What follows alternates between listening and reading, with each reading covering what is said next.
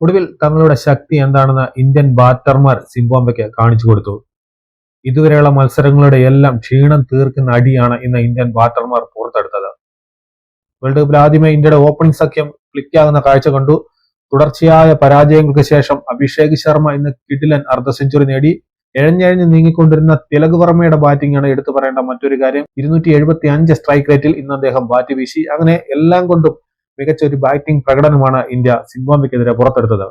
അതിന് ഫലമായിട്ട് 72 റൺസിന് സിംബാബ്വെയെ തകർത്ത് വിട്ടുകൊണ്ട് ഇന്ത്യ സെമി സാധ്യതകൾ സജീവമായി നിലനിർത്തി. ഇനി അടുത്ത മത്സരത്തിൽ വെസ്റ്റ് ഇൻഡീസിനെ തോൽപ്പിച്ചാൽ മാത്രം മതി ഇന്ത്യക്ക് സെമിയിലേക്ക് മുന്നേറാൻ. ഇന്ന് ആദ്യം ബാറ്റ് ചെയ്ത ഇന്ത്യ നേടിയത് 20 ഓവറിൽ 4 വിക്കറ്റ് നഷ്ടത്തിൽ 256 എന്ന കൂറ്റൻ സ്കോറാണ്. ഈ വേൾഡ് കപ്പിലെ ഏറ്റവും ഉയർന്ന സ്കോറാണിത്. 2020 വേൾഡ് കപ്പ് ചരിത്രത്തിലെ ഏറ്റവും ഉയർന്ന രണ്ടാമത്തെ സ്കോറും കൂടിയാണിത്. അഭിഷേക് ശർമ്മയ്ക്കൊപ്പം ഇന്ന് ഓപ്പൺ ചെയ്യാനെത്തിയത് സഞ്ജു സാംസൺ ആണ്. മികച്ച തുടക്കമാണ് സഞ്ജു ഇന്ത്യക്ക് വേണ്ടി നൽകിയത്. 3.4 ഓവറിൽ 48 റൺസ് എടുത്തപ്പോൾ പക്ഷേ സഞ്ജു മടങ്ങി. മികച്ച ഒരു തുടക്കം അദ്ദേഹത്തിന് ഒരു വലിയ സ്കോർ ആക്കാനാകാതെ പോയി. 15 പന്തിൽ 2 സിക്സും 1 ഫോറും ഉൾപ്പെടെ 24 റൺസ് എടുത്താണ് സഞ്ജു മടങ്ങുന്നത്. അഭിഷേക് ശർമ്മ ടൂർണമെന്റിൽ ആദ്യമായി ഫോമിലായപ്പോൾ കിടിലൻ അർദ്ധ സെഞ്ചുറിയാണ് പറഞ്ഞത്. 30 പന്തിൽ 4 ഫോറും 4 സിക്സും ഉൾപ്പെടെ 55 റൺസ് സ്കോർ ചെയ്തു. ഇഷാൻ കിഷൻ തന്റെ പതിവ് ഫോം തുടർന്നു.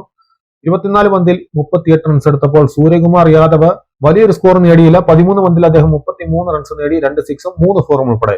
പിന്നീട് ഹാർദിക് പാണ്ഡ്യയുടെയും തിലക് വർമ്മയുടെയും ഒരു വെടിക്കെട്ടാണ് കാണാൻ കഴിഞ്ഞത്. പാണ്ഡ്യ 23 പന്തിൽ 50 റൺസ് എടുത്തു, 4 സിക്സും 2 ഫോറും.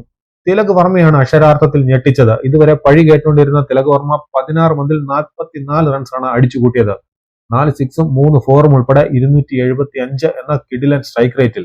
അങ്ങനെ 20 ഓവറിൽ 4 വിക്കറ്റ് നഷ്ടത്തിൽ 256 എന്ന പടുകൂറ്റൻ സ്കോറാണ് ഇന്ത്യ നേടിയത്. മറുപടി ബാറ്റിംഗിൽ എല്ലാവർക്കും അറിയാമായിരുന്നു സിംബാബ്വെ ഈ ഒരു സ്കോറെ ചേസ് ചെയ്യില്ലെന്ന്. എന്നാൽ അവരുടെ ഓപ്പണർ ബെന്നറ്റ് ഒന്ന് ശ്രമിച്ചു നോക്കി. 59 പന്തിൽ 6 സിക്സും 8 ഫോറും ഉൾപ്പെടെ 97 റൺസുമായിട്ട് അദ്ദേഹം പുറത്താകാതെ നിന്നു. അദ്ദേഹത്തിന്റെ ഒരു ഇന്നിംഗ്സ് മാത്രമാണ് സിംബാബ്വെയുടെ നിരയിൽ എടുത്തു പറയാനുള്ളത്.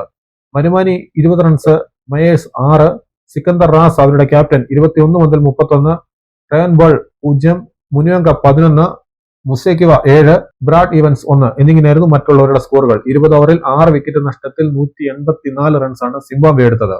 ഇന്ത്യക്ക് വേണ്ടി അർഷദീപ് 4 ഓവറിൽ 24 റൺസ് വഴങ്ങി 3 വിക്കറ്റുകൾ നേടിയപ്പോൾ വരുൺ ചക്രവർത്തിയും അക്സർ പട്ടേലും ശിവം ദുബെയും ഓരോ വിക്കറ്റുകൾ വീതം വീഴ്ത്തി. 2 ഓവറിൽ 46 റൺസാണ് ശിവം ദുബെ വിട്ടുകൊടുത്തത്. ഡെത്ത് ഓവറുകൾ എറിയാൻ സൂര്യ ഇത്തവണ ഏൽപ്പിച്ചത് ദുബെയായിരുന്നു. അത് വമ്പൻ പരാജയമായി മാറുന്ന കാഴ്ചയാണ് കണ്ടത്. വൈഡുകളും നോ ബോളുകളും തുരെ എറിയുന്ന കാഴ്ച നമുക്ക് കാണാൻ കഴിഞ്ഞു. ഇതോടെ ഇനിയും കണക്കുകളും കാര്യങ്ങളും ഒന്നും ആശ്രയിക്കാതെ തന്നെ അടുത്ത മത്സരം ജയിച്ചാൽ ഇന്ത്യക്ക് സെമിയിലേക്ക് മുന്നേറാം.